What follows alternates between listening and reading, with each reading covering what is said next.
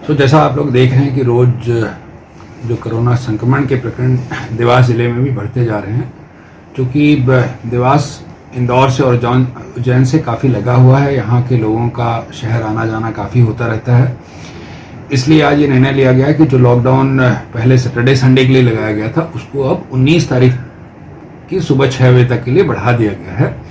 पर ये बात इसमें ज़रूर सुनिश्चित की गई है कि जो आवश्यक वस्तुएं हैं, जो लोगों के जीविका की रोज़मर्रा की चीज़ें हैं, जैसे दवाई की दुकानें हो गया, एटीएम हो गया, सब्जी की दुकानें या कि राशन की दुकानें, दूध की चाहे डेयरी हो चाहे दूध विक्रय करने का सिस्टम है, अखबार का वितरण है, ये सारी चीज़ें सामान्यतः जैसे पहले पूर्व में चलती थी उस तरह से शाम को 6 बजे तक जारी रहेंगी। तो लगातार कोरोना के मरीज बढ़ते जा रहे हैं, तो शहर में पूरे अलग अलग तरह अस्पतालों में इनकी मरीजों की जो स्वास्थ्य की जो सुविधाएं हैं, क्या खास शासन और प्रशासन उनके लिए इंतजाम कर रहा है? क्योंकि लगातार मरीज बढ़ रहे हैं, ऑक्सीजन की कमी ऐसा बता रहे हैं कि सोशल मीडिया पे भी, और पेशेंट के मरीज के परिजन भी बता रहे हैं कि ऑक्सीजन की कमी भी हो रही है। तो क्या ये सब निर्बाध रूप से आपूर्ति शासन द्वारा की जा रही है, और जो इंजेक्शन की कमी जो महसूस की जा रही है उसकी आपूर्ति की जा रही है? सर, वाकई ज़रूरत है रेमडेसिविर इंजेक्शन की? मैं तीनों चारों विषय को एक एक करके स्पष्ट करना चाहूँगा। सबसे पहला तो ये निश्चित तौर पे अभी जो हमारे टोटल एक्टिव केसेस हैं और बहुत सारे सस्पेक्टेड केसेस भी हैं जिनके रिजल्ट्स बाद में आएंगे तो एक्टिव हो सकते हैं, वो संख्या बढ़ रही है।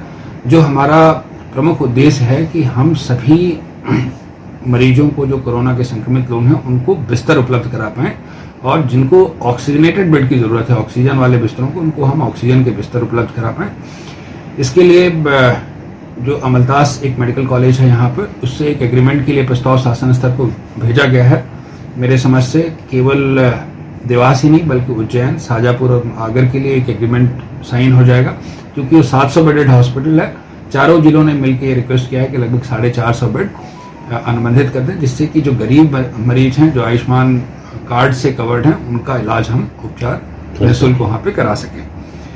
आज मैं और कलेक्टर उज्जैन ने संयुक्त रूप से अमलतास का विजिट भी किया था, ये देखने के लिए कि उनके पास कितनी सुविधाएं उपलब्ध हैं, साथ ही ऑक्सीजन की सप्लाई हम कैसे सुनिश्चित कर पाएँ। तो अमलतास में ऑक्सीजन का लिक्विड ऑक्सीजन टैंक है जो कि अपने आप में पर्याप्त है वहाँ सप्लाई करने के लिए।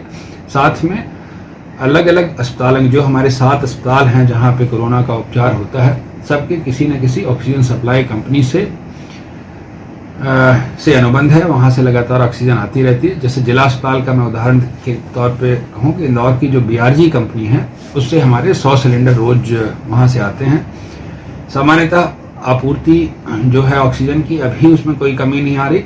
ये ज़रूर कई बार होता है कि एक बार में 100 सिलेंडर आते थे तो सुबह 50 आ जाते हैं, शाम को 50 आ जाते हैं।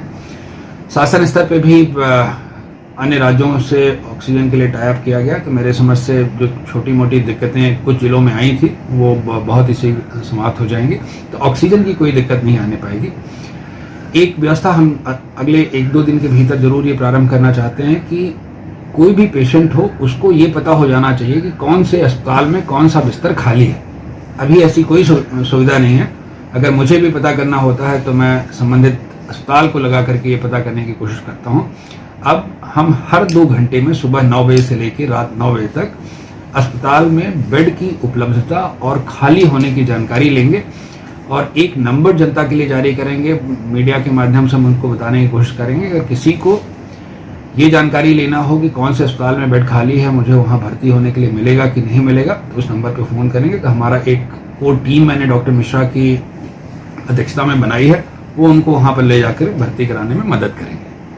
सर, रेमडेसिविर इंजेक्शन की किल्लत काफ़ी सामने आ रही है। सर, मरीज के परिजन परेशान हो रहे हैं, कालाबाजारी भी इसकी जो है खुलकर सामने। क्या वाकई ज़रूरत है सर इसकी देवास पर? रेमडेसिविर के बारे में पहले तो 2-3 चीज़ें हर में जो लोग लगवाते हैं, जो मरीज है, जो डॉक्टर इसको प्रिस्क्राइब करते हैं, उनको बड़ा स्पष्ट करना चाहता हूँ कि ड्रग कंट्रोलर ऑफ इंडिया ने ये कहा है कि रेमडेसिविर जो है एक एक्सपेरिमेंटल ड्रग है जो